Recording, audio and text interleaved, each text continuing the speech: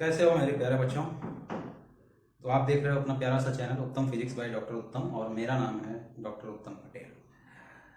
मैं पढ़ाता हूँ फिजिक्स और सपने देखते हैं आप पूरे करने की गारंटी मैं लेता हूँ।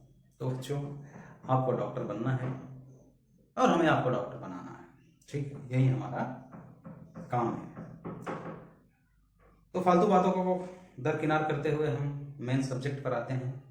हमारा Newton's law of motion chapter theoretical part almost खत्म हो गया है और हम क्वेश्चन का पिटारा, जिसको हम, जैसा कि हम हर चैप्टर के एंड में जितने भी क्वेश्चन आए हुए होते हैं 25-30 सालों के सारे क्वेश्चन हम आपको कराते हैं। और इसका पर्पज सिर्फ इतना ही होता है बच्चों की, क्योंकि अगर हम आपको होमवर्क देंगे तो आप होमवर्क कोई करता होता नहीं है। तो इसमें क्या है कि आप you are bound to do it, और आप जब इसको कर लोगे तो इतना 100% गारंटी है कि इतने टाइप्स की जो वैरायटी क्वेश्चंस हैं, इतना अगर आप कर लिए तो आपको और कुछ भी नहीं करना है, कुछ भी अलग से करने की जरूरत नहीं है, इतने से ही आपका सिलेक्शन हो जाएगा। तो जो भी बच्चे हमारे पीछे के वीडियो नहीं देखे हैं, प्लीज वो चैनल को सब्सक्राइब करें और पीछे के वीडियो में जाके चैनल पर जाएंगे तो प्लेलिस्ट आपको हर चैप्टर का मिल जाएगा, और प्लेलिस्ट में जाके पीछे का वीडियो जरूर देखें ताकि आपका एक सीक्वेंस मेंटेन रहे।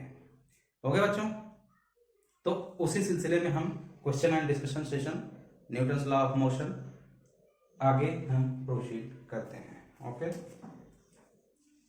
तो क्वेश्चन एंड डिस्कशन एन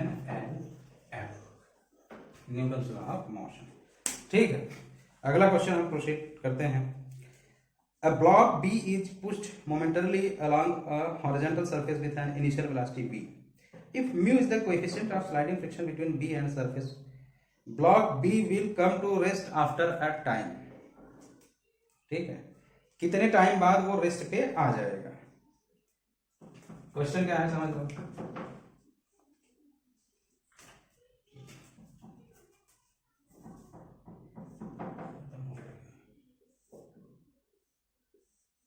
ये ब्लॉक है, ठीक है, ब्लॉक है, ठीक है। इसके बीच फ्रिक्शन जो है म्यू है। इस पे मोमेंटरली एक कुछ टाइम के लिए एक फोर्स लगा देते हैं जिससे ये v वेलोसिटी से चलता है, v वेलोसिटी से जाता है, ठीक है। और तो ये बता रहे हैं एक टाइम के बाद ये रेस्ट पे आ जाता है, will come to rest after a time. तो यहां पे क्या बताना है, t टाइम बताना है। v वेलोसिटी इसको ले जाते हैं, मान लो सपोज दैट कुछ दूर आया, उसके बाद जो है यहाँ ये इनिशियल वेलोसिटी है, तो फाइनल वेलोसिटी मान लो v डैश, ये क्या हो गया, 0 हो गया। फ्रिक्शन कोएफिशिएंट म्यू है, तो ये टाइम हमको बताना है। हॉरिजॉन्टल सरफेस पे बॉडी रखी हुई है, बॉडी को v वेलोसिटी से ले जाते हैं, मतलब कोई फोर्स लगाए होंगे v वेलोसिटी से, फिर कुछ टाइम बाद जो है, सपोज दैट फोर्स लगाए नहीं होंगे, v वेलोसिटी से चल ही रहा है, बॉडी रखा हुआ है, v वेलोसिटी से चल रहा है, बाद में 0 हो जाता है, स्टॉप हो जाता है। इसका मतलब क्या हुआ कि इसको कोई फोर्स होगा या कोई एक्सेलरेशन होगा जो इसको रोक रहा होगा, मतलब अपोजिट डायरेक्शन में कोई काम कर रहा होगा जो धीरे धीरे वेलोसिटी कम करते करते करते लास्ट में इसकी वेलोसिटी को 0 कर देगा। तो ऑप्शन में आपको दे देता हूं, वीडियो पॉज करो और आप लगाना शुरू करो। ऑप्शन क्या है, mu g by v, mu g by v, b g by v, v by g, v by mu g, g by v, v by g और वी बाई म्यू जी, ठीक है। कोएफिशिएंट ऑफ, तो ये बताना है time कितना लगेगा। चलो वीडियो को पॉज करो और फटाफट लगा दो। मैं क्या करूंगा, मैं रुकूंगा नहीं, क्योंकि आप मुझे रोक सकते हैं, कैसे, वीडियो को पॉज करके, ठीक है, लेकिन मैं रुकूंगा नहीं, टाइम बर्बाद नहीं करूंगा।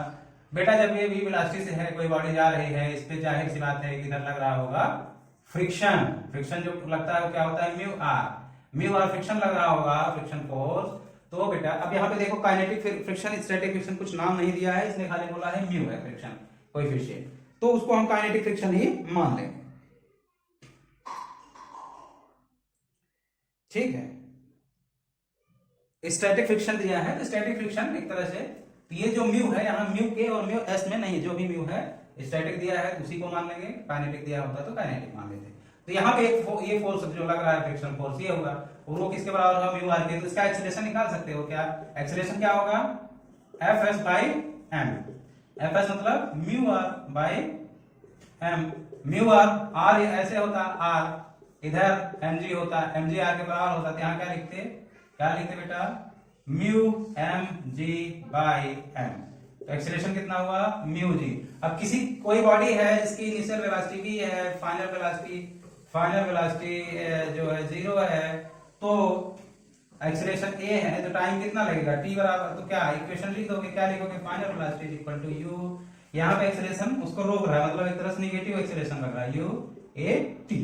ठीक है बेटा, फाइनल वेलोसिटी क्या है 0, तो यू माइनस ए टी। यहाँ से टी बराबर करोगे, पहले यू उधर गया तो यू और ए से डिवाइड हो जाएगा, तो यू इनिशियल वेलोसिटी जो उसका दिया है, और ये कितना है, म्यू जी। आंसर क्या हुआ, v by mu g, v by mu g. ठीक है, तो टाइम कितना आया, v बाई म्यू जी। बहुत बच्चों को अगर ये क्वेश्चन समझ में नहीं आता, इस तरह के ऑप्शन आ जाते हैं, तो एक और तरीका है इसको सॉल्व करने का। कैसे, यहाँ पूछा है टाइम, इसमें जो भी जितने का भी आपको तो ये पता है, तो इसमें आपको जैसे दो आपको पता चल गया कि जैसे खाली 4 में से 2 तो आप ऐसे निकाल देते, किसका डायमेंशन जो है टाइम के बराबर होगा। हम पहले से बताए हैं कि म्यू का कोई डायमेंशन नहीं होता, m0 l0 t0, मतलब इसका कोई डायमेंशन नहीं होता। और g और ये, तो g का अगर देखो तो क्या होगा, m g एक तरह से एक्सीलरेशन l t माइनस 2, और वेलोसिटी का l t, एक t से एक t गया तो t माइनस 1, इसका मतलब हुआ g ऊपर रहेगा तो टाइम माइनस में आएगा, जो कि सही नहीं, हमको टाइम के डायमेंशन में लाना है। और v बटे g अगर करोगे तो क्या होगा, एल टी बटे एल टी माइनस 2, एक टी माइनस 2 एल टी 2। ठीक है, एक टी से एक टी आएगा तो एक टी नीचे है, टी माइनस 2, इसमें देखो टी माइनस 2 नहीं है सर, यह t2 है, एल टी के पावर 2 और एल टी, तो एक टी से एक टी, ठीक है, माइनस 2, तो यहाँ एक माइनस 1 आएगा, वो होगा नहीं। यहाँ पे एल टी माइनस 2, तो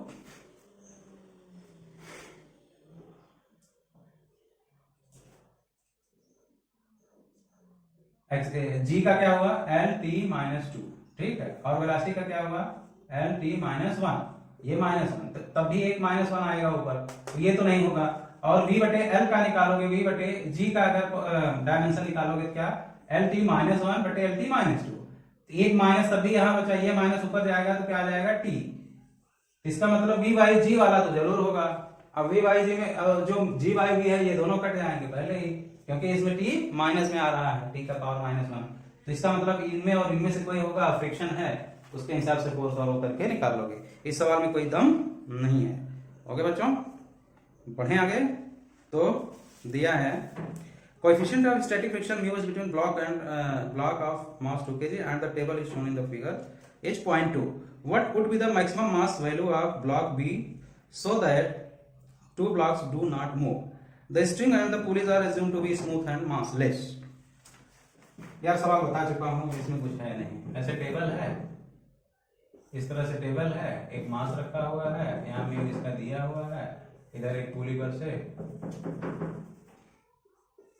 पर से ये रस्सी इधर आती है, एक मास इधर दिया हुआ है, ठीक, इधर दिया हुआ है, इसका मास दिया है, इसका मास दिया है, कितना कितना दिया है, 2 kg, और इसका मास ये पूछा है, ये मास हमें पता नहीं, ये पूछा है 2 kg इसका दिया है, ये 2 kg, ठीक। अब और ये म्यू क्या है, 0.2 दिया है, 0.2। अब पूछा है कि ये दोनों इक्विलिब्रियम में रहे, मतलब रेस्ट पे, तो m की वैल्यू क्या होगी, ये रस्सी है, ये पुली है, दोनों मासलेस और फ्रिक्शनलेस है। तो मैं पहले ही आपको बता चुका हूं, इधर क्या लिखोगे, टेंशन, इधर भी टेंशन, इधर ये टेंशन जो भी रहेगा सेम रहेगा, क्योंकि रस्सी एक है, इधर फ्रिक्शन फोर्स लगेगा, तो फ्रिक्शन फोर्स म्यू आर होगा, म्यू मतलब 0.2 गुणे 2 ये m और गुणे 10 इंटू 10, तो कितना आ गया, 2 दूनी 4 दाम 40, 4 न्यूटन हो गया। तो ये चूंकि रुका हुआ है तो टेंशन भी 4 होगा, ये टी फ्रिक्शन फोर्स के बराबर होना चाहिए, एफ एस पे, तो ये भी 4 होगा, ये भी 4 होगा, तो ये कितना होगा, तो ये 4 होगा, तो मतलब 4 न्यूटन बराबर एम जी। तो एम बराबर 4/g का मतलब 10, मतलब 0.4 kg, 0.4 kg, 0.4 kg। Next question, a block of mass 10 kg placed on a rough horizontal surface having coefficient of friction mu 0.5, if horizontal force 100 newton acting on it, then acceleration of the block। ठीक है, एक block रखा है, block रखा है, यहाँ mu क्या है 0.5 है, 100 न्यूटन का फोर्स लगाए, ठीक है, कितना 100 न्यूटन का फोर्स लगा दिए, इसका मास 10 kg है, 10 kg, ठीक है। एक्सीलरेशन पूछा है, एक्सीलरेशन ऑफ ब्लॉक क्या होगा, तो पहली बात तो यह है कि 100 न्यूटन का फोर्स, इसका ऑप्शन में दे दूं क्या, आप लोग स्टॉप करके लगाओ, एक्सीलरेशन 10 5 15.5, 10 5 15.5, ये आंसर है, ऑप्शन है। तो पहले आप क्या करेंगे, मैंने बोला था कोई ब्लॉक अगर किसी सरफेस पे रखा है, उस पर कोई फोर्स लगेगा, तो वो मूव करेगा कि नहीं, पहले तो ये डिसाइड करना पड़ेगा, मूव करेगा कि नहीं। मूव करने के लिए इसका मतलब इसका जो फ्रिक्शन फोर्स लगेगा, यानी इसको लिमिटिंग फ्रिक्शन भी, मैक्सिमम फ्रिक्शन फोर्स कितना लग सकता है, वो म्यू आर होगा। अगर लिमिटिंग फ्रिक्शन से ये ज्यादा होगा तभी ये मूव करेगा, अदरवाइज मूव नहीं करेगा। तो लिमिटिंग फ्रिक्शन कितना है, म्यू एम जी, कितना हुआ 0.5 गुणे इसका मास 10 और जी 10, कितना हो गया 50 न्यूटन। ये लिमिटिंग फ्रिक्शन है 50 न्यूटन, और लग कितना रहा है 100, तो 100 लग रहा है, तो एक बॉडी में दो फोर्स लग रहे हैं, एक इधर लग रहा है, एक इधर लग रहा है। अब इसमें काइनेटिक फ्रिक्शन इतना तो कंफर्म है कि ये चलना शुरू कर देगा, ये चलना शुरू कर देगा, और चलना शुरू कर देगा उस टाइम पे काइनेटिक फ्रिक्शन, अगर इसमें दिया रहता है काइनेटिक फ्रिक्शन, इसका म्यू के अगर दिया रहता तो उस टाइम पे जो फोर्स लगेगा वो हो जाएगा काइनेटिक फ्रिक्शन। इसका एक्सेलरेशन निकालते हैं तो टोटल फोर्स, इधर का फोर्स माइनस काइनेटिक फ्रिक्शन, जो भी आएगा वो नेट फोर्स हो। अब यहाँ पे नेट फोर्स क्या है, यहाँ काइनेटिक नहीं दिया है, यही इधर का फोर्स जो दिया है मैक्सिमम ये, और इधर का ये, तो नेट फोर्स क्या हो गया, एफ नेट क्या हो गया 100 इधर वाला माइनस 50, कितना हो गया 50 न्यूटन। तो एक्सेलरेशन कोई पूछेगा क्या करोगे, एफ नेट फोर्स बटे मास, कितना हुआ 50 बटे 10, कितना आया 5 मीटर पर सेकेंड स्क्वायर, 5 मीटर पर सेकेंड स्क्वायर, समझ गए, 5 मीटर पर सेकेंड स्क्वायर, ठीक है, ये हो गया। अगला question, on the horizontal surface of a truck a block of mass 1 kg placed, जहां का म्यू दिया है 0.6 and truck is moving with acceleration 5 metre per second square, then the frictional force on the block will B.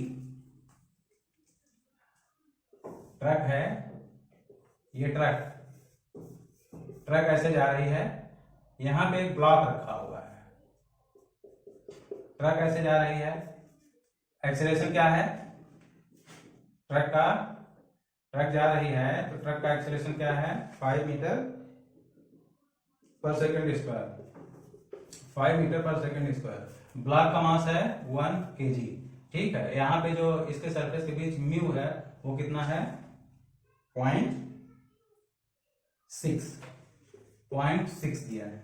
अब बोल रहा है कि ऐसे ट्रक जा रही है, तो यहाँ पे फ्रिक्शन फोर्स क्या लगेगा, force of friction F S कितना लगेगा ब्लॉक और उसके बीच में। ब्लॉक रखा हुआ है, ये ब्लॉक यहाँ पे रखा हुआ है, ट्रक के साथ जा रहा है, ठीक है। तो ऑप्शन में आपको बता दूं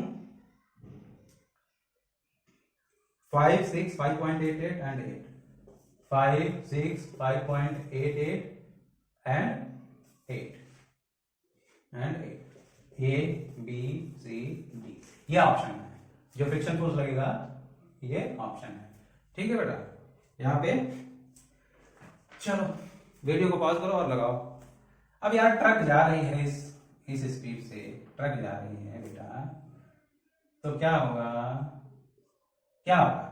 ट्रक जा रही है तो इस ब्लॉक को भी ट्रक आगे की तरफ ले जाना चाहेगी।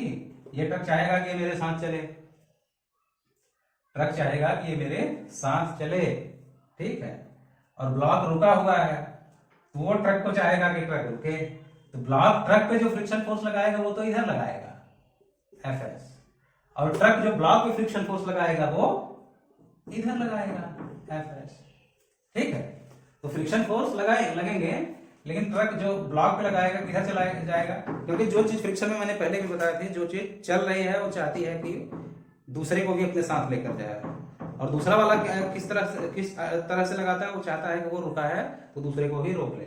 अगर कोई पूछे कि ब्लॉक ट्रक पे फ्रिक्शन फोर्स कितना लगाएगा और किधर लगाएगा, तो इधर लगाएगा, और ट्रक इस ब्लॉक पे किधर लगाएगा और कितना लगाएगा, तो ये इधर लगाएगा। ठीक है बेटा। तो क्योंकि ये रुका हुआ है, ये चल नहीं रहा है, ये चल नहीं रहा है, तो ये है कि ट्रक के ऊपर खिसक नहीं रहा, स्लाइड नहीं कर रहा, ट्रक पे रुका हुआ है। ये दोनों क्या हो गए, एक सिस्टम हो गए, ये एक सिस्टम हो गया, मतलब ब्लॉक हो या ट्रक हो, दोनों ए एक्सेलरेशन से जा रहे हैं, ए एक्सेलरेशन से। तो दोनों का एक्सेलरेशन क्या है, ए जो दिया है कितना, 5 मीटर पर सेकेंड स्क्वायर। तो अब ब्लॉक की अगर अकेले बात करें तो ब्लॉक का अगर फ्री बॉडी डायग्राम बनाए, FBD फ्री बॉडी डायग्राम, तो ब्लॉक पे कितने फोर्स लग रहे हैं बेटा, एक इसका mg लग रहा होगा और एक रिएक्शन R लग रहा होगा।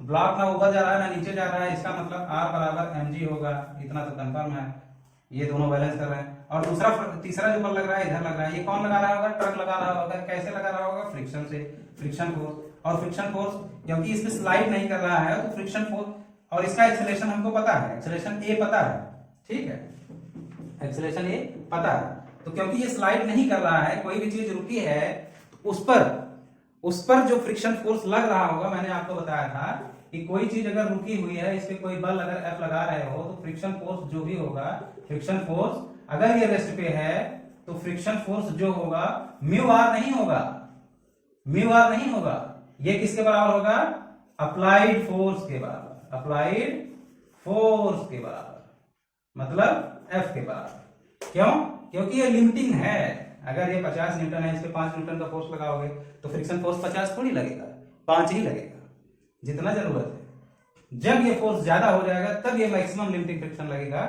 इसको रोकने की कोशिश करेगा, और उससे ज्यादा हुआ तो फिर रोक नहीं पाएगा। तो इसका एक्सेलरेशन जब पता है बेटा, ब्लॉक का एक्सेलरेशन पता है, वो फोर्स इधर एक ही फोर्स लग रहा है, तो ये फ्रिक्शन को, ये जो भी फोर्स होगा, ये क्या होगा, ma। एक्सेलरेशन अगर ब्लॉक का पता है, तो उस पर फोर्स कितना लग रहा है, मास गुणे ये, मास कितना 1 kg, एक्सेलरेशन 5 है, तो 5 न्यूटन, ये 5 न्यूटन क्या हुआ, इतना इस पर फोर्स हुआ। और इसका लिमिटिंग फोर्स, अगर कोई पूछता है लिमिटिंग फ्रिक्शन कितना है, तो लिमिटिंग फ्रिक्शन के लिए हम Fs बराबर क्या लिखते, म्यू आर, Fs बराबर क्या लिखते, म्यू आर। तो अब यहाँ पे हम मतलब मैक्सिमम जो फ्रिक्शन फोर्स होता, तो म्यू क्या है, पॉइंट कितना है, 0.6, और आर कितना है, 1, मतलब 1 गुणे 10, 10, ठीक है, 1 into 10, तो कितना आ जाता है, 6 न्यूटन। लिमिटिंग फ्रिक्शन कितना है, 6 न्यूटन, और एक्सेलरेशन की वजह से फोर्स कितना हो रहा है, 5 न्यूटन। तो लिमिटिंग फ्रिक्शन ज्यादा है, 6 ज्यादा है, 6 ज्यादा है 5 से, लिमिटिंग फ्रिक्शन ज्यादा, ये कम है, ठीक है। तो अप्लाइड फोर्स अगर कम है, तो उस कंडीशन में फ्रिक्शन फोर्स किसके बराबर होता है, अप्लाइड फोर्स के, अप्लाइड फोर्स के, ठीक है। तो आंसर क्या हो जाएगा, 5 न्यूटन। समझ गए बेटा, 5 न्यूटन ही फोर्स लगेगा।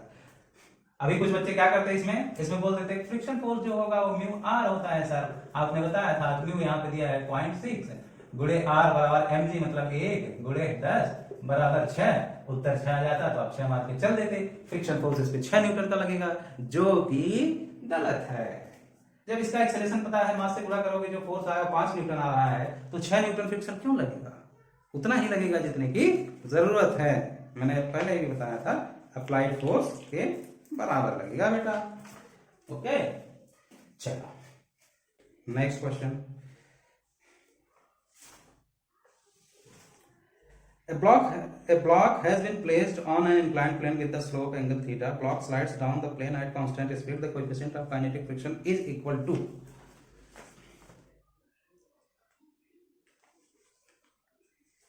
कुछ नहीं है सवाल। ऐसे एक ब्लॉक रखे हो इंक्लाइन प्लेन पे, ये एंगल थीटा है, ये नीचे की तरफ आ रहा है, कैसे आ रहा है, वेलोसिटी v से। v क्या है, कांस्टेंट स्पीड से नीचे जा रहा है, ठीक है, किस स्पीड से, कांस्टेंट स्पीड से। तो पूछा क्या है, म्यू के कितना होगा, म्यू के कितना होगा, स्टैटिक फ्रिक्शन। मास इसका दिया है, इसका मास हो दिया है, मान लो मास m है, ठीक है। तो बताओ, ऑप्शन दे दें आपको, ऑप्शन ले लो। ऑप्शन है बेटा sine theta, cos theta, g और tan theta. Sine theta, cos theta, g और टेन थीटा। चल अब क्या करोगे, यूनिफॉर्म स्पीड से, कांस्टेंट स्पीड से जा रहा है, मतलब इस पर कोई एक्सीलरेशन नहीं, कोई चीज या तो रुकी है या तो कांस्टेंट स्पीड से जा रहा है, इसका मतलब उस पर नेट फोर्स क्या होगा, नेट फोर्स क्या होगा, जीरो होगा। अच्छा, इस पे फोर्स क्या क्या लग रहे हैं, एक ये mg cos थीटा जो मैं पहले ही बता दिया था, क्योंकि ये अगर mg होता, ये एंगल थीटा जिसके दो कंपोनेंट होते, एक mg cos थीटा, एक mg sin थीटा, और इसी का रिएक्शन ये r हो जाएगा, तो ये क्या हो जाएगा, म्यू r। फ्रिक्शन फोर्स किधर लगेगा, इधर जा रहा है उसके उल्टा, तो fs, तो म्यू r होता, म्यू r क्या होता, म्यू k। यहाँ पे स्टैटिक नहीं क्योंकि ये चल रहा है, म्यू की जगह पे म्यू k लिखेंगे, क्या हो जाएगा, mu k mg sin theta, क्योंकि r यहाँ mg cos थीटा के बराबर, mg cos थीटा के बराबर, सॉरी mg cos थीटा, ठीक है। तो बेटा इस पे नेट फोर्स क्या, जब इसके कंपोनेंट में तोड़ दिए तो ये तो हट गया ना, ये इसको बैलेंस कर रहा है, ये इसको बैलेंस कर रहा है, नेट फोर्स जीरो होना चाहिए, ये इसको बैलेंस कर लिया, अब ये इसको बैलेंस करा दो, तो क्या करोगे, एफ एस जो कि किसके बराबर है, ये mg sin थीटा के, mg sin थीटा के बराबर एफ एस क्या है, म्यू के mg cos थीटा, समझ गए। तो म्यू के बराबर लिखोगे, क्या लिखोगे, mg sin theta by mg cos theta, mg tan theta, m से m तो कट ही गया यार, mg तो कट ही गया, तो क्या आ गया, tan थीटा, खाली क्या आ गया, tan थीटा, समझ गए। ये सब बता चुका हूं मैं पहले। Next question, consider a car moving along a straight horizontal road with a speed of 72 km per hour. If the coefficient of static friction between the tires and the road is 0.5, the shortest distance in which the car can be stopped. क्या बात है, पहले इसको साफ कर दें।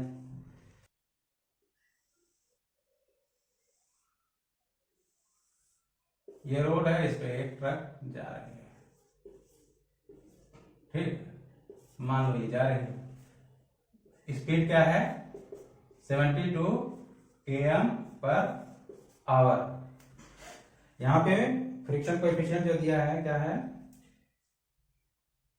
Coefficient static friction between tyre and road is 0.5, mu S जो है कितना दिया है 0.5, ठीक है। अब बताना है the distance that box will move, the shortest distance by which car can be stopped. S बताना है, मतलब कुछ दूर जाने के बाद ये रुक जाएगी, तो ये डिस्टेंस क्या होगा, S क्या होगा, ठीक। ऑप्शन दे दूं, आप लगाते रहो, क्या क्या है ऑप्शन, 30 40 72 20, 30 40 72 20,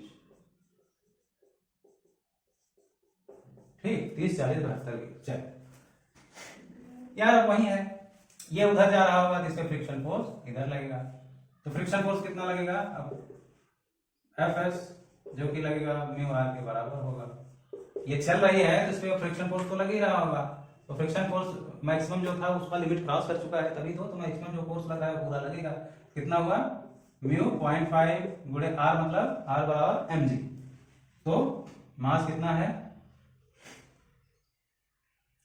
मान लो इसका ट्रक का मास ये है गुणे जी जो भी है, क्योंकि ये तो फोर्स है ना, हमको एक्सीलरेशन निकालना, तो एक्सीलरेशन क्या हो गया, म्यू आर बटे एम, इसमें एम से भाग दे दिए तो क्या हो गया 0.5 गुणे खाली 10, एम से एम कट गया कितना 5, एक्सीलरेशन कितना हुआ 5, एक्सीलरेशन पता है, एक्सीलरेशन लग किधर रहा है, इधर की तरफ, वेलोसिटी उधर है, कुछ टाइम बाद हो जाके स्टॉप हो जाता है, इनिशियल वेलोसिटी u बराबर ये दिया है और फाइनल वेलोसिटी 0 हो जाना है, तो वेलोसिटी पता है, initial velocity, final velocity, acceleration पता है और डिस्टेंस निकालना है, कौन सा लगाओगे, v square is equal to u square minus 2as, समझ गए। फाइनल वेलोसिटी यहाँ 0 रखोगे, initial velocity 72 km per hour, उसको मीटर में बदल लो, km को 1000 में कर लो, आवर को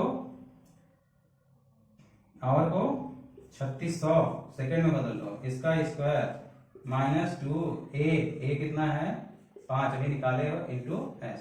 ठीक है, तो ये उधर जाएगा तो माइनस गायब हो जाएगा, तो एस बराबर कोई पूछेगा क्या करोगे 72 इंटू 1000 बटे 3600, समझ गए, इसका स्क्वायर और ये 5 दूनी 10 नीचे आ जाएगा 10।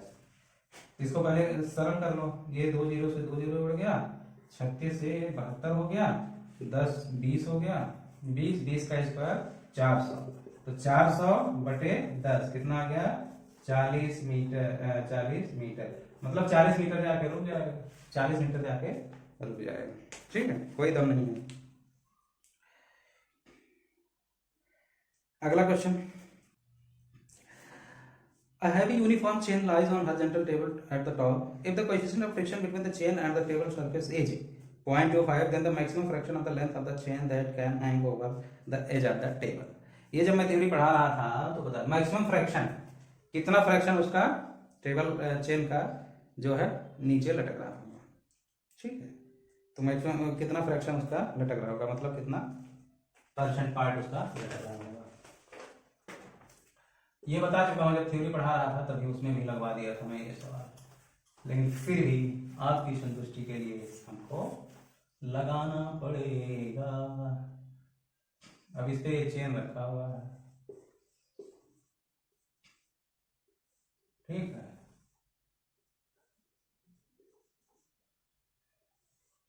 ये चेन है, इसके बीच जो फ्रिक्शन है 0.25 है। ठीक है, अब ये बता रहा है ये रेस्ट पे है, मतलब इतना कुछ पार्ट लटक रहा है और बाकी जो है ऊपर। ठीक, तो कितना फ्रैक्शन लटक रहा होगा इसका आंसर बताना है। ये जो है फ्रैक्शन मतलब फ्रैक्शन ऑफ चेन हैंगिंग। नहीं, ये इतने जल्दी जल्दी नए नए मार्कर हमारे काम ही नहीं कर रहे हैं। हैंगिंग, ठीक है, कितना फ्रैक्शन हैंग कर रहा है। ओके, ऑप्शन मैं आपको बता दूं 20 25 35 15, 20 25 35 20%, 25%, 35% और 15%। क्या करोगे, मैंने क्या बताया था, टोटल अगर चेन का मास, टोटल मास क्या हो गया m हो गया, टोटल लेंथ क्या ले लोगे, मान लो l। ठीक है, टोटल मास m है, टोटल लेंथ l है। अब मान लो इधर का पार्ट जो है स्मॉल l है जो कि लटक रहा है, तो ये कितना होगा l माइनस ये इतना होगा, तो इतने का मास जो होगा ये एक तरह से ऐसे नहीं है क्या, ये है इसी तरह से तो है बेटा, यही तो है, इसी तरह का है। इस पे फ्रिक्शन इधर फ्रिक्शन फोर्स लग रहा होगा, फिर इधर टेंशन होगा, इधर टेंशन होगा, इधर इसका एनर्जी होगा। ठीक इसी की तरह है। अब इतने चेन का मास और इतने चेन का मास, तो भैया अगर टोटल मास ये है और ये है तो पर यूनिट मास निकालना होगा, मतलब पर यूनिट लेंथ का मास, पर यूनिट लेंथ निकालना हुआ तो टोटल मास में टोटल लेंथ से डिवाइड कर दोगे तो एक यूनिट लेंथ का मास हो जाएगा। अब इतने का मास निकालना हुआ, क्या करोगे, ऊपर वाले का मास निकालना हुआ, ये मान लो m1, तो m1 निकालना हुआ क्या करोगे, m/l इंटू l माइनस छोटा वाला l, ये ऊपर का मास हुआ। और ये जो लटक रहा है उसका मास अगर m2 माने तो m2 क्या हो जाएगा, पर यूनिट मास तो है ये इंटू l, ये मास हुआ। अब भैया इक्विलिब्रियम में है, इसका मतलब फ्रिक्शन इसके टेंशन के बराबर होगा और यही टेंशन इसके मास के बराबर होगा, तो इसका मतलब ये इसके बराबर होना चाहिए। Fs बराबर T और T बराबर mg, तो Fs बराबर mg, तो Fs बराबर किसके होना चाहिए, mg के। Fs यहाँ क्या लगेगा, म्यू, ये r हो गया, तो Fs क्या होगा, म्यू r, तो यहाँ पे लिख दो। और r किसके बराबर है, mg के बराबर, हमें पता है ये हॉरिजॉन्टल रखा हुआ है, रेस्ट पे है, तो हम यहाँ पे क्या लिख दें, ये Fs बराबर म्यू r बराबर म्यू m1 जी। ठीक है, यहां पे देखो क्या हो गया, इधर का ये एफ एच, इधर का एफ एच, ये किसके बराबर होगा, टी के, और इसमें टी बराबर कितने होगा, एम टू जी के, एम टू जी के। तो यहां से ये दोनों, तो अगर दोनों को घटा दो, माइनस ये कर दो, हो गया एफ एस बराबर टी और टी बराबर एम जी, तो एफ एस बराबर क्या हो गया, एफ एस बराबर एम जी, एम टू जी, यही तो। और एफ एस क्या हो गया यहाँ से, म्यू आर, म्यू आर मतलब म्यू एम वन जी, एम वन कितना निकाले हो, ये निकालो, तो यही यहाँ पर रख दो, म्यू जी तो है ये, एम वन की जगह ये लिख लो, क्या लिख दो, एम बटे एल, ठीक है, और एल माइनस छोटा वाला एल, ये हो गया एफ एस। और यही एफ एस किसके बराबर लिखना है, एम टू जी के, एम टू जी के, एम टू की जगह पे क्या लिखोगे, ये लिखोगे, मास पर यूनिट लेंथ और उसका जो लंबाई है एम एल। अब देखो इसमें ढेर सारी चीजें कट रही हैं, क्या क्या क्या क्या कट रही हैं, ठीक है, तो G capital M by L, ठीक है, यहां पे भी देखो, इसको लिख लो, G capital M by L, इतना इसमें लिख लो और इतना, ठीक है, और ये बाहर कर लो, फिर इतना ये जी इधर है, जी भी तो बाहर हो गया ना, तो क्या हो जाए, फिर ये म्यू और कैपिटल एल माइनस एल ये बचा, और इधर क्या होगा, इधर भी G M by L into L, ये दोनों तरफ है, ये कट गया, तो फाइनली क्या आया, mu l minus l, mu l minus l बराबर एल, समझिए बेटा, म्यू एल माइनस एल बराबर एल। हमको अब इसको वो कर लो, क्या कर लो, mu l minus mu small l बराबर एल, तो छोटे एल को एक साइड में कर लो, तो क्या कर लोगे, ये माइनस में इधर आएगा plus, L plus mu L बराबर म्यू बड़ा वाला है, तो यहां से एल अगर कॉमन लेने के अंदर 1 प्लस म्यू बराबर म्यू एल, ओके बेटा, तो एल बराबर क्या हो जाएगा, म्यू बटे 1 प्लस म्यू, ठीक है, और कैपिटल एल, हमको फ्रैक्शन निकालना है, तो एल बटे एल जितना लटक रहा है, एल बटे एल, ये बराबर क्या हो जाएगा, म्यू बटे 1 प्लस म्यू, ये फ्रैक्शन हुआ, अगर परसेंटेज में पूछे तो इसी में 100 से मल्टीप्लाई कर दो, तो पहले म्यू की वैल्यू रख दो, म्यू की वैल्यू कितना दिया है, म्यू की वैल्यू कितना दिया है,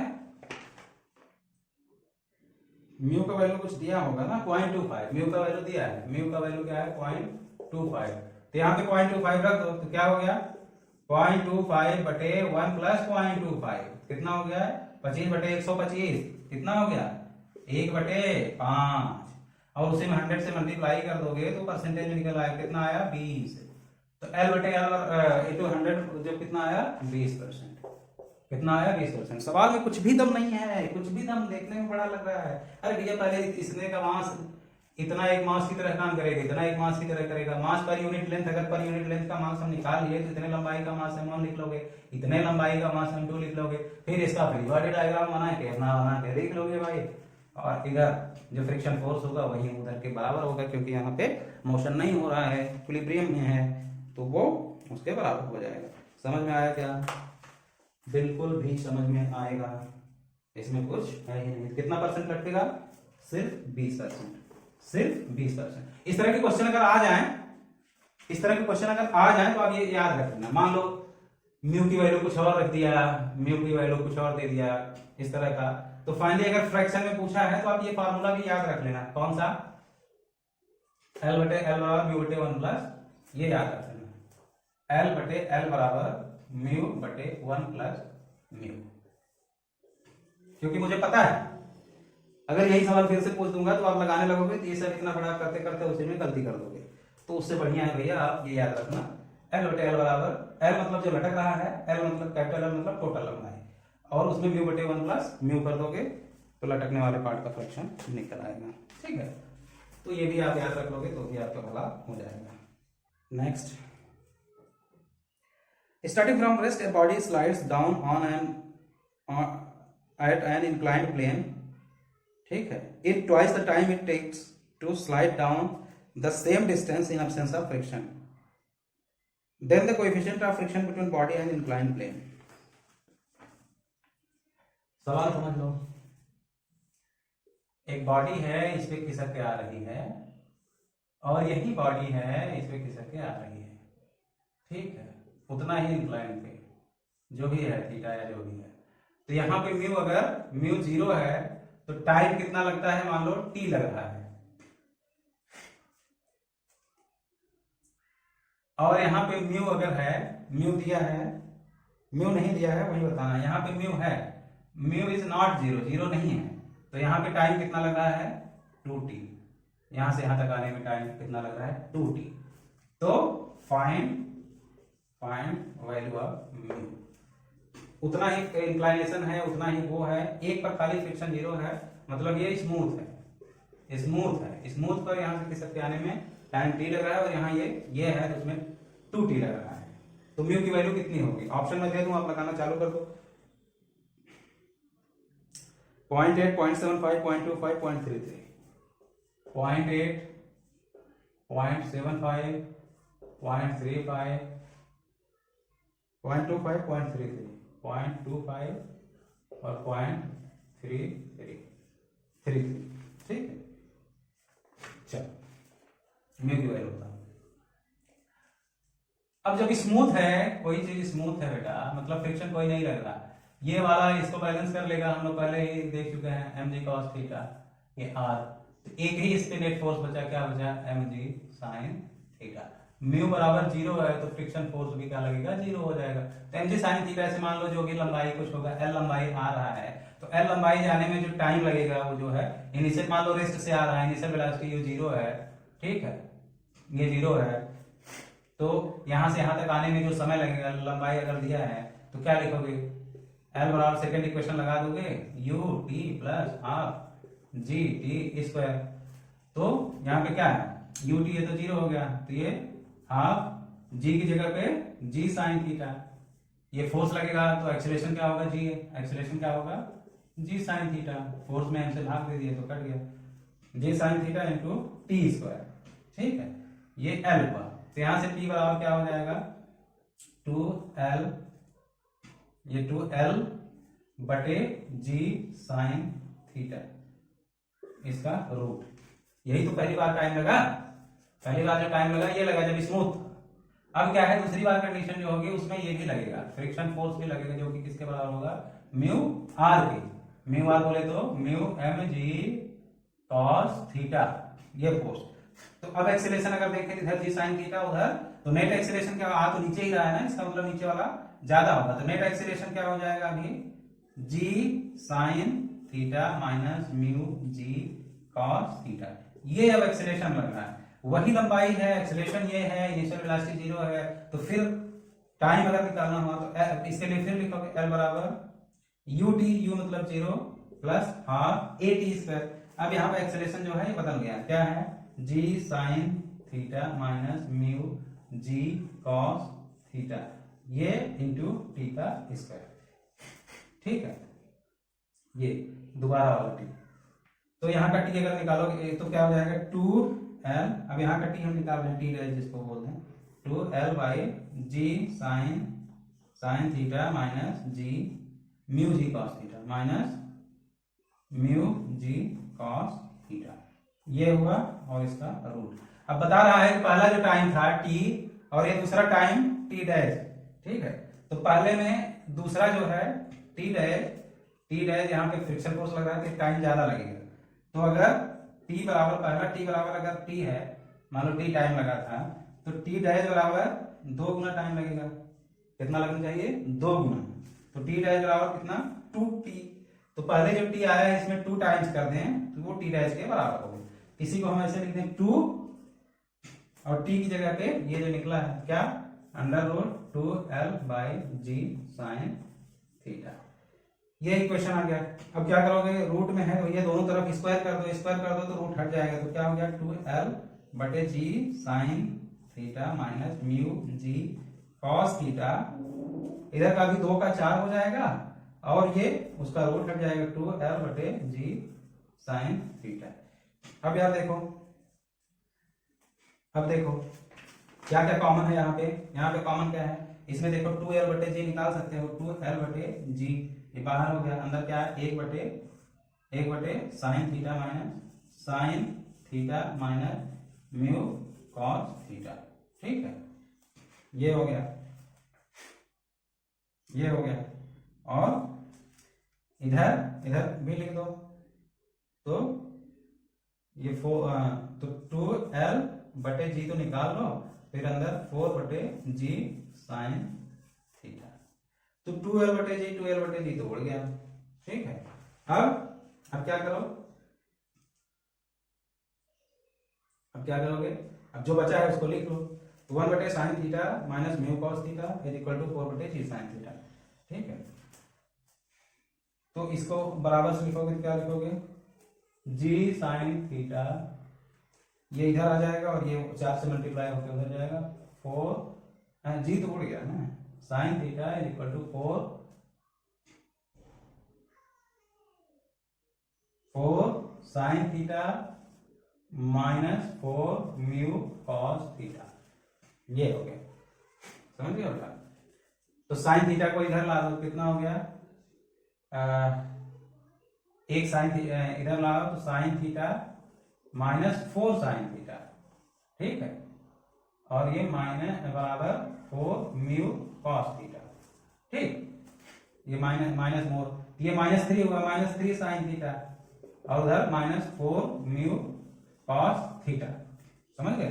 तो माइनस माइनस दोनों साइड हटा दो, तो म्यू बराबर क्या होगा? म्यू बराबर अगर कोई निकाले तो 3/3 साइन थीटा बटे 4 कॉस थीटा।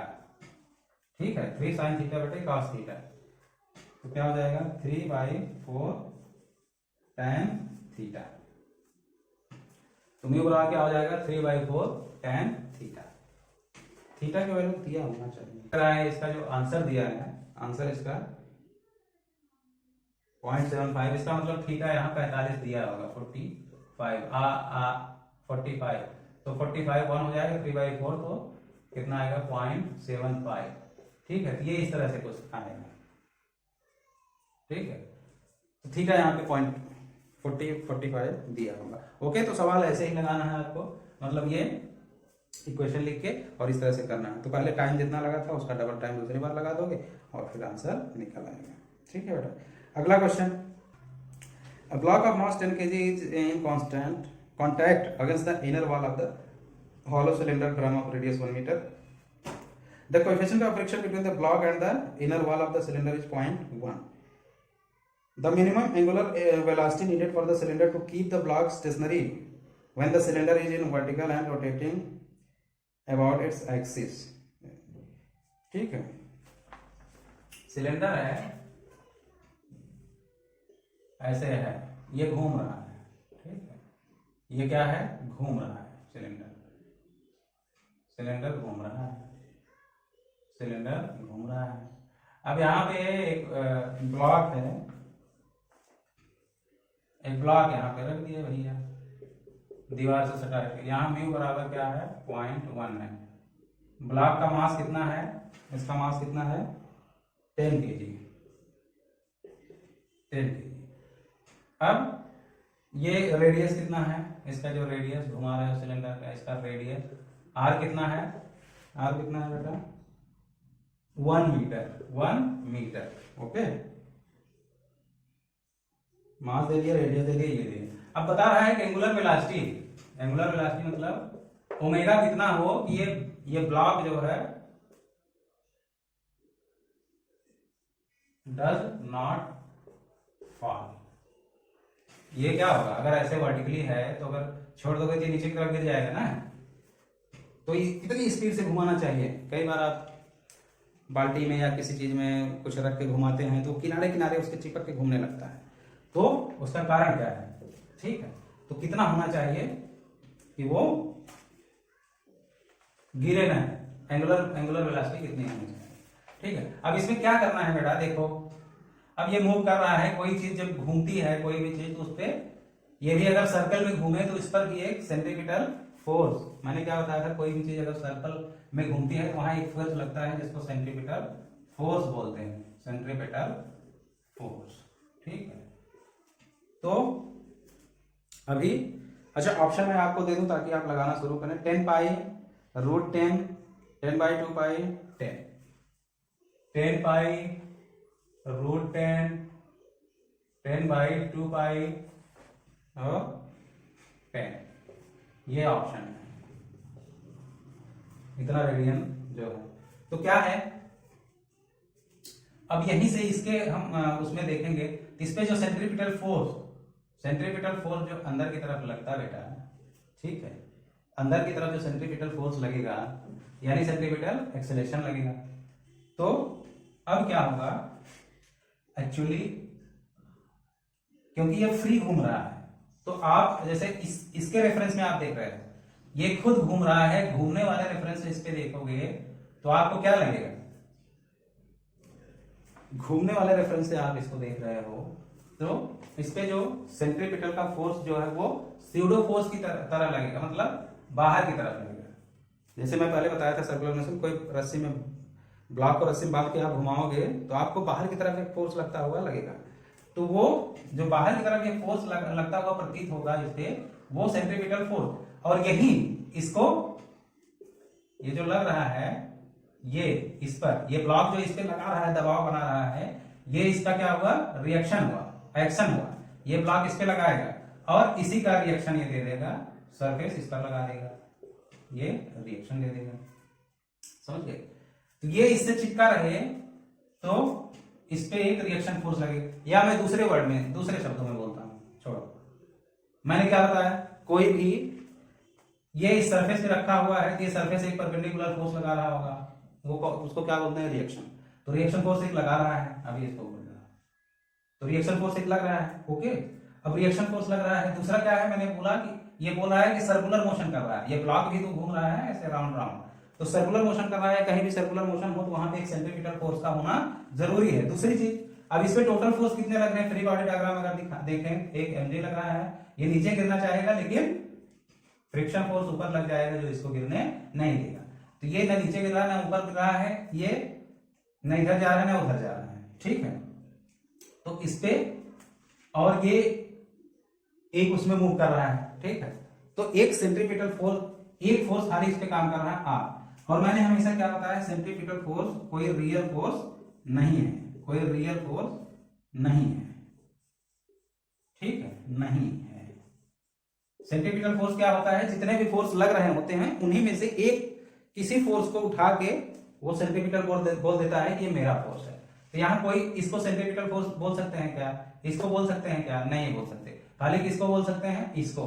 तो वो इसी आर को जो रिएक्शन फोर्स है उसी को सेंट्रीपिटल फोर्स बना देता है, ठीक है। इसका मतलब एफ सी जो होगा वो क्या होगा, M we square by R जो कि होता है फार्मूले से, वो किसके बराबर होगा, आर के बराबर, आर को ही सेंट्रीपिटल फोर्स बना लेगा। और ये गिर नहीं रहा है, इसका मतलब इसमें जो फ्रिक्शन फोर्स लग रहा होगा वो क्या होगा, म्यू आर, म्यू आर होगा, ठीक है। और म्यू आर किसको बैलेंस कर रहा है, mg को, म्यू आर किसको बैलेंस कर रहा है, mg को। तो देखो तीन इक्वेशन हो गए, एक तो ये हो गया कि r बराबर mv स्क्वायर बाई आर, दूसरा क्या हुआ, जो फ्रिक्शन फोर्स है म्यू आर होगा, म्यू आर किसको बैलेंस कर रहा है, mg को, ठीक है। तो दो इक्वेशन हो गए, और यहां से हमको, तो यहाँ पे वेलोसिटी इसका न देकर, लीनियर वेलोसिटी नहीं तो सेंट्रीपिटल फोर्स को क्या लिखते हैं, mv स्क्वायर आर को एम आर ओमेगा स्क्वायर लिख देंगे, ये लिख देंगे, ठीक है। ये किसके बराबर होगा, आर, और आर बराबर इसके हुआ, तो यहां से हम चाहे यहां से आर का वैल्यू यहां रख दे जाए, तो आर की जगह पे क्या लिख दें, एम आर ओमेगा स्क्वायर, इसमें लिख दो mu M are omega square is equal to M G, समझ गए। तो यहां से एम तो बढ़ ही गया, ये सॉरी ओमेगा क्यों बढ़ रहा, एम से एम उड़ गया, तो यहां से क्या हो गया, omega square is equal to g बटे आर म्यू, जी बटे म्यू आर, ठीक है। तो ओमेगा बराबर कोई पूछेगा क्या करोगे, रूट कर दोगे, जी बटे म्यू आर, जी बटे म्यू आर, ओके, जी बटे म्यू आर।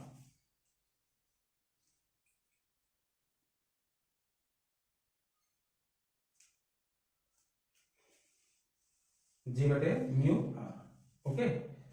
अब वैल्यू रख दो, इसमें मान रख दो, तो जी की वैल्यू कितना है 10, आर की वैल्यू कितना है 1, आर की वैल्यू 1, म्यू की वैल्यू कितना दिया है 0.1, तो 0.1, तो 0.1 इंटू 1 0.1, पॉइंट हटाओगे तो 1 0 जाएगा, अंडर रूट 100 आएगा, 100 का रूट ले लोगे तो 10 आ जाएगा। तो एंगुलर वेलोसिटी कितनी होनी चाहिए 10 मीटर पर सेकंड, रेडियन पर सेकंड होनी चाहिए, ताकि वो बिना गिरे चलता रहे। कितना हो जाए बिना गिरे चलता रहे। ये कब का सवाल है नीट 2019, नीट 2019 का सवाल है। ओके बच्चों, नीट 2019 का ऐसा ही क्वेश्चन आते हैं। समझ में आया कि नहीं? मैंने क्या बोला, ये है इसका फ्री बॉडी डायग्राम, ये सरफेस पे रखा हुआ है, देख रिएक्शन फोर्स लग रहा होगा, आर लग रहा होगा, एमजी नीचे लग रहा होगा, फ्रिक्शन फोर्स ऊपर, और ये घूम रहा है तो उसके लिए चाहिए सेंट्रीपिटल फोर्स। सेंट्रीपिटल फोर्स क्या होता है, उसमें से जो भी फोर्स उधर की तरफ सेंटर की तरफ लग रहा होता है उसी को सेंट्रीपिटल फोर्स अपना मान लेता है। यानी जो आर होगा वो m we square by r या m are omega square, centripetal force r के बराबर होगा। तो यहाँ ये आर बराबर हो गया, और जो फ्रिक्शन फोर्स लगेगा म्यू आर वो इसको नीचे नहीं जाने देगा, मतलब इसके बराबर होगा। तो यहाँ पे आर की जगह पे ये लिख दोगे, वहां से फिर वैल्यू रख दोगे, फिर जो भी पूछा है वो निकल। इसमें म्यू पूछ सकता है, ठीक है, ओमेगा की वैल्यू दे दिया इतने रेडियन से चल रहा है, तो म्यू पूछ देगा कितना फ्रिक्शन कोएफिशिएंट हो, या फ्रिक्शन फोर्स कितना होगा, एफएस पूछ सकता है। इस पे ढेर सारे सवाल बन सकते हैं। लीनियर वेलोसिटी, एंगुलर वेलोसिटी ने पूछ के लीनियर वेलोसिटी पूछ सकता है, वी कितना होगा, इसका मास पूछ सकता है, वेलोसिटी दिया है, फ्रिक्शन कोएफिशिएंट दिया है, सब कुछ इसका पूछ कितना बड़ा मास हो कि वो इस वेलोसिटी से घुमाए तो बिना गिरे चले। ठीक है, तो एक ही सवाल को अलग अलग तरीके से पूछा जा सकता है। मेन चीज है कि आपको पता होना चाहिए, बेसिक आइडिया होना चाहिए कि क्या है, क्या दिया है और कैसे ऐसे क्वेश्चंस को लगाते हैं। ये इंपॉर्टेंट है, क्योंकि आपको जब बेसिक आइडिया रहेगा सवाल सारे याद कर लोगे। One end of string of length L is connected to a particle of mass m and other end is connected to a small peg on a smooth horizontal table.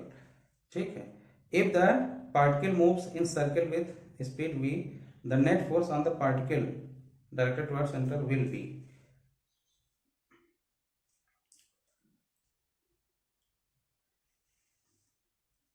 बेटा बोल रहे हैं कोई रस्सी है, एल लेंथ की रस्सी है, उसमें एक मास को अटैच कर लिए और उसको एक पेग से, पेग मतलब एक टेबल पे, हॉरिजॉन्टल टेबल पे एक खूंटी है ऐसे, ठीक है, ये टेबल है, इस पे एक खूंटी रखी हो, इसमें एक रस्सी डाल के यहाँ एक मास लगा के इसको घुमा रहे हैं हॉरिजॉन्टल सर्किल पे, ठीक है, घुमा रहे हैं।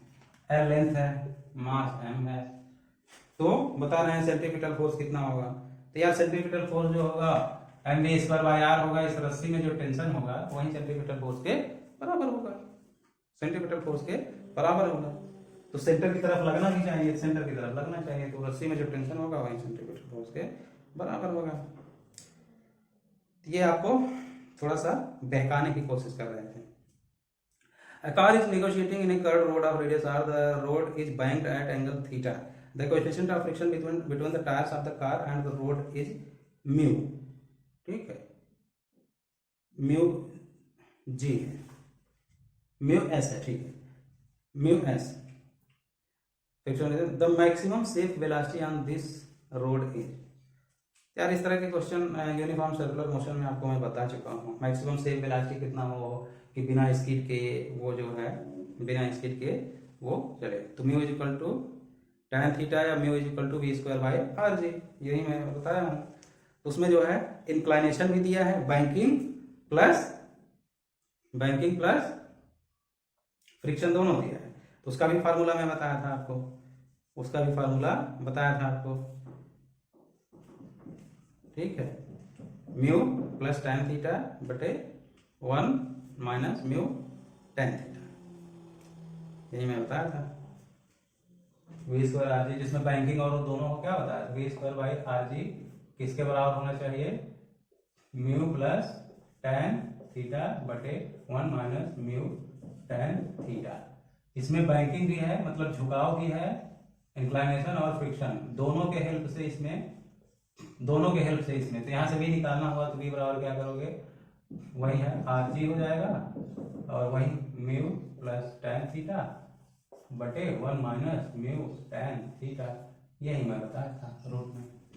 तो ये सवाल में भी कुछ नहीं है। फिर टाइम तो हो गया बच्चों काफ़ी, सवाल अभी बाकी हैं, काफ़ी क्वेश्चंस बचे हैं। हमें लग रहा है कि 1 या 2 सेशन और लगेगा, फिर जो है वो भी खत्म हो जाएगा। ओके बच्चों, तो अभी के लिए फिलहाल इतना ही। नेक्स्ट जो भी चीज़ें समझ में आए, जो भी कंफ्यूजन हो, आप हमें कमेंट कर सकते हैं फ्री होकर किसी भी तरह का, या मुझे मेल कर सकते हैं, जैसा भी आपको फिजिबल लगे। और आपको अगर फिर से लगता है कि नहीं, मैं कुछ क्वेश्चन आपके पास कुछ क्वेश्चन है जिनको आप समझना चाहते हैं बताना, तो वो सारी चीज़ें भी हमको आप भेज सकते हैं, हम उनकी क्वेरी। लेकिन ये है कि जितना मैं आपको कराता हूँ उतना करिए जरूर, करेंगे नहीं तो आप कभी एग्जाम में पहली बार कोई क्वेश्चन नहीं कर पाएंगे। इसलिए वीडियो को आप सब्सक्राइब करिए और लोगों को शेयर करिए, जो भी इनका फ्री में फ़ायदा उठा सकें। ओके बच्चों, हम नेक्स्ट वीडियो में मिलते हैं और इसी को आगे कंटिन्यू करेंगे। अभी ढेर सारे क्वेश्चंस बचे हुए हैं। ओके बच्चों, मिलते हैं नेक्स्ट वीडियो।